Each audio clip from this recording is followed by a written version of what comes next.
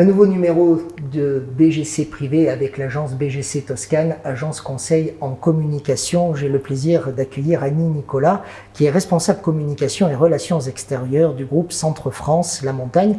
Merci Annie Nicolas d'être avec nous. Cette année, en 2019, le groupe Centre France a 100 ans. C'est une très belle année pour vous. On va revenir sur 1000 choses autour de cette année et surtout des festivités. Centre France, le vaisseau amiral, c'est le journal La Montagne. Est-ce qu'on se souvient encore, rue Morel-Ladeuil et puis maintenant dans le nouveau siège de La Montagne, de l'intuition première de votre fondateur, Alexandre Varenne, du pourquoi cet homme des colonies, puisqu'il a été également gouverneur des colonies, pourquoi cet homme a voulu à un moment donné aller vers le monde de la presse? Alors Alexandre Varenne, effectivement, a créé le journal en 1919. C'était, et vous l'avez redit, effectivement, c'était un homme politique, c'était un avocat et c'était un journaliste. Le journal en 1919, c'était un journal militant. Et effectivement, il était engagé, d'ailleurs, à l'époque, les journaux étaient très engagés.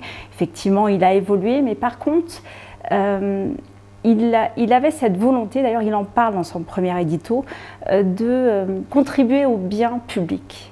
Et ça, c'est resté parce que le journal et La Montagne en particulier, on est là pour contribuer au débat public, on est là pour permettre à nos lecteurs de se faire leur propre opinion en engageant des débats. Et donc c'était l'idée de Alexandre Varenne et c'était effectivement, c'est toujours valable, pardon. Dit autrement, Annie Nicolas, un territoire comme celui de l'Auvergne, mais alors on pourrait parler de la même chose, je pourrais poser la même question à vos homologues des DNA, donc du territoire de Strasbourg ou dans le sud de la France. Sans un journal, il n'y a pas de développement du territoire?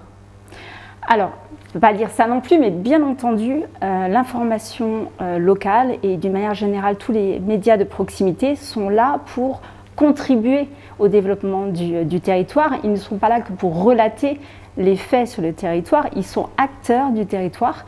Et ça, c'est vrai pour tous les organes de presse de proximité. C'est quoi aujourd'hui le groupe Centre France ? Alors le groupe Centre France, c'est bien entendu La Montagne, parce que la maison mère du groupe Centre France, c'est ce journal qui, à l'origine, c'était un journal. Et puis dès 1970, il y a eu des acquisitions, donc il a commencé à se développer et devenir groupe de médias, en commençant effectivement par le rachat notamment du Populaire du Centre.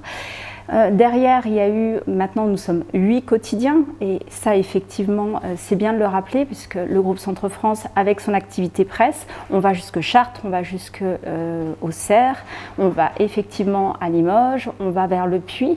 Donc au total c'est 16 départements qui sont couverts par notre activité presse. L'activité presse c'est la première activité et c'est notre raison d'être, c'est effectivement l'activité majeure du groupe Centre France, mais on a une activité également d'événementiel avec l'organisation de salons, avec une agence aussi qui organise des événements d'entreprise. On gère également des parcs d'exposition, donc ça c'est notre activité événementielle. On a une activité de e-commerce avec pêcheur.com et désormais chasseur.com, une activité d'édition de livres avec Centre France Livre et également de diffusion et de diffusion des livres. On fait la formation conseil, donc ça par contre effectivement on ne le sait pas forcément, mais ESJ Pro est une filiale du groupe Centre France. Une grande école de journalisme. Une grande école, c'est une émanation effectivement de l'ESJ Lille, qui est basée donc forcément à Lille, à Paris et à Montpellier. On forme des journalistes, pas que nos journalistes, on forme des journalistes pour tous les types de presse, tout support. On fait également du média training pour les décideurs et les chefs d'entreprise. Et en ce qui concerne le virage du numérique, comment le prenez-vous aujourd'hui ? Alors, juste pour terminer sur nos activités, si vous me le permettez, on a aussi une activité de publicité et solutions médias pour accompagner les entreprises dans la communication. Et donc ça constitue nos 6 activités. La transformation numérique dans le groupe, bien entendu, ça concerne l'ensemble de nos activités. On pense à la presse, mais je veux dire, cette révolution numérique actuelle touche tous les secteurs d'activité, la presse comme d'autres. Donc effectivement, depuis 2006, où on avait lancé le site internet, 2010, notre application, je parle de La Montagne, effectivement, on a engagé cette transformation numérique et puis ça s'accélère. Et d'ailleurs, c'est pour ça récemment qu'on a lancé notre incubateur qui s'appelle la Compagnie Rotative en janvier 2019. Et la Compagnie Rotative, elle a effectivement dans cette mission de permettre d'incuber avec des startups et de réfléchir à cette révolution numérique. Est-ce que c'est un message qui passe dans votre groupe? Parce que vous en parlez très librement, Annie, ça s'entend, mais vous êtes jeune. Au regard de certaines personnes plus âgées de la grande maison qui est le groupe Centre France La Montagne, peut-être que là, ça coince un peu aux entournures. Regardez, prenons les journalistes, tout le contenu qu'ils font, il est à la fois utilisé sur le web et sur le print. D'ailleurs, nos outils, en tant qu'éditeurs, ils permettent les deux. Donc, il n'y a pas spécialement il y a des éditeurs digitaux qui sont là aussi pour augmenter effectivement l'audience et pour gérer les sites web, mais le contenu est utilisé sur l'ensemble des supports. On est un média multi-support, même si c'est le journal qui a 100 ans. Précisément, très bonne transition, on continuera à utiliser le papier? Alors là, on pense que oui, effectivement, il y aura une évolution. Comment? On est persuadé que le papier existera toujours. Il y aura effectivement le numérique parce qu'on a besoin d'informations chaudes, on a besoin d'informations qui viennent se passer, et puis maintenant les supports le permettent. Mais il y a besoin aussi de ce support papier pour des sujets de fond, pour des sujets qui sont traités, peut-être pas forcément des sujets aussi chauds, même si on les relate. Mais on est persuadé qu'il y aura toujours un petit peu de papier, au moins dans les années à venir. On va se retrouver très vite sur ce même canal et cette même émission, toujours avec Annie Nicolas, responsable communication et relations extérieures du groupe Centre France La Montagne, et on va parler justement des festivités du 100e anniversaire. À très vite. Annie Nicolas est notre invitée dans BGC Privé avec l'agence BGC Toscane, agence conseil en communication. Annie, vous êtes responsable communication et relations extérieures du groupe Centre France La Montagne. Je remets mes lunettes pour voir clair sur ma fiche. Vous avez en charge donc avec d'autres, avec Soisic Bouju, directrice déléguée du groupe, sous la conduite bien sûr d'Alain Védrine, le PDG du groupe. Vous avez donc en charge l'organisation de ce centenaire. Comment avez-vous pensé justement ces festivités?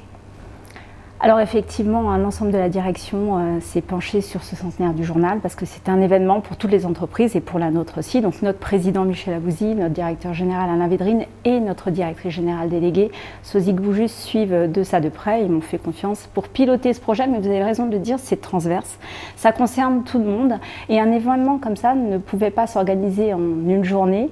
Donc on l'a imaginé tout au long de cette année 2019. Et donc il y a des événements qui jalonnent cette année 2019, qui est donc notre année anniversaire, même si ça ne se voit pas qu'on ne fait pas nos 100 ans. Non, vous les faites vraiment pas, en ce qui vous concerne. Quels sont justement ces événements? Parlez-nous des plus importants, ceux que le grand public pourra aussi regarder un peu.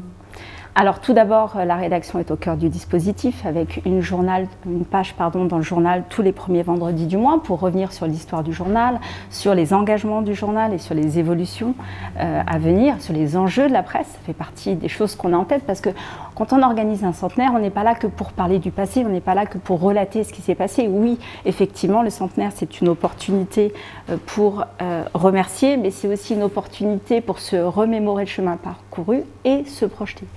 Et donc, la page qui est mise en place par notre équipe rédaction tous les premiers vendredis du mois va permettre toutes ces informations qu'on veut profiter pour remonter à nos lecteurs. Il y a également au niveau du site internet lamontagne.fr des informations qui sont diffusées. Donc ça, c'est ce qui est le plus visible par le grand public, mais on a organisé également pour les jeunes. On a 4000 élèves auvergnats qui ont participé à un concours de une dans le cadre de la semaine de la presse. On a une exposition. Faire aussi comprendre comment les journalistes travaillent. Oui, effectivement, c'est un projet et 138 classes grâce au rectorat en relation avec la Fondation Varenne qui participe avec ce concours de une. Pour nous, c'est vraiment un grand plaisir et d'ailleurs on en a profité pour accueillir les collégiens des 2 collèges Alexandre Varenne à Saint-Éloi-les-Mines et également à Oliergues. Donc ça, c'est la semaine de la presse. On a un événement itinérant parce que la raison d'être d'un journal et l'essence même d'un média de proximité, c'est le territoire. Donc on fait un événement sur 14 jours, 13 journées étapes. En fait, on va dans des villes, 13 villes au total donc, du territoire, donc de notre zone de diffusion. c'est-à-dire les 4 départements auvergnats, avec Brioude pour la Haute-Loire, puisque le reste de la Haute-Loire est couvert par notre quotidien L'Éveil de la Haute-Loire, et également en Creuse et en Corrèze, où c'est notre zone également de diffusion. Donc sur ces journées étapes, on a un événement itinérant, on a une semi-dépliante, ça fait 40 mètres carrés. Notre rédaction est présente, on fait une exposition, il y a un jeu concours avec des séjours à gagner. Donc l'idée, c'est d'aller au cœur du territoire avec cette deuxième activité. Le 21 juin, on organise une collecte de sang dans nos locaux.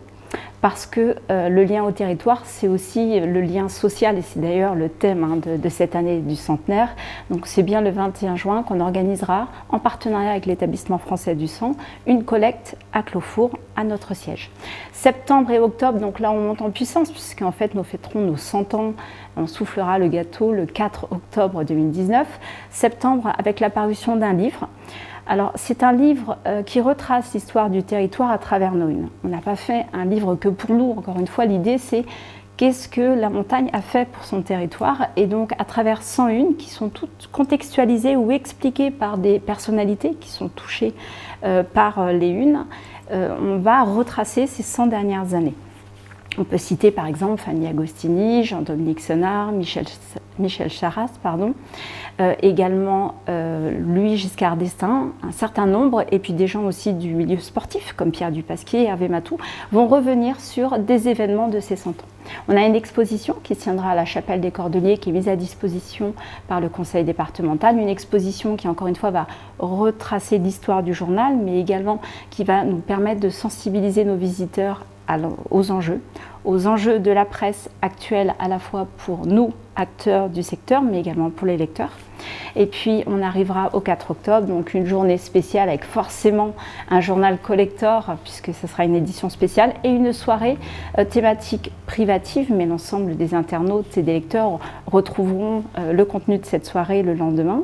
Une soirée qui se veut prospective, avec une table ronde, mais dans un style beaucoup plus interactif, sur la presse locale, ou plutôt les médias de proximité de demain. On finira par un événement interne qui ne concerne pas le grand public, mais c'est quand même important de rappeler que si ça fait 100 ans qu'on est là, c'est grâce à nos lecteurs, mais c'est aussi grâce à nos salariés. Et ce moment interne est important pour nous, c'est important de passer du temps et de profiter de les remercier pour tout ce qu'ils ont fait. Merci d'être venu nous parler de tout ça, nous présenter tout ça, mais je voudrais, avant qu'on se quitte, vous poser une question un peu plus personnelle. Je vous ai laissé vous exprimer, comme on dit, sans vous interrompre, parce qu'en fait, je me revoyais avec vous-même dans une autre interview, dans un autre décor, le stade Marcel Michelin, pourvu d'Auvergne. Vous nous aviez gentiment accueillis avec le président de Cromière. Et vous aviez la même force et la même passion, mais là, vous parliez de l'ASM. Aujourd'hui, vous parlez du groupe Centre-France. Comment fait-on, Annie Nicolas, pour passer d'un sujet à l'autre avec la même force ? Je pense que c'est simplement mon travail qui m'enthousiasme. Voilà. Et je pense qu'il n'y a pas d'autre définition. Auparavant, je travaillais pour Michelin et j'ai eu la chance, avec cette grande maison, de parcourir le monde pour m'occuper des relations publiques dans les sports mécaniques, de faire partie de l'équipe de René Fontes, puis de Éric de Cromière pendant 10 ans et de voir l'évolution de ce club. Et maintenant, eh bien, la montagne, écoutez, je suis ravie de les avoir rejoints parce qu'il y a beaucoup de choses à faire. Et puis cette année du centenaire, elle est riche, c'est pour ça que j'en parle avec tant d'enthousiasme. Et de passion. Merci beaucoup Annie Nicolas, responsable communication et relations extérieures du groupe Centre-France La Montagne. Longue vie au journal La Montagne et au groupe Centre-France. Merci.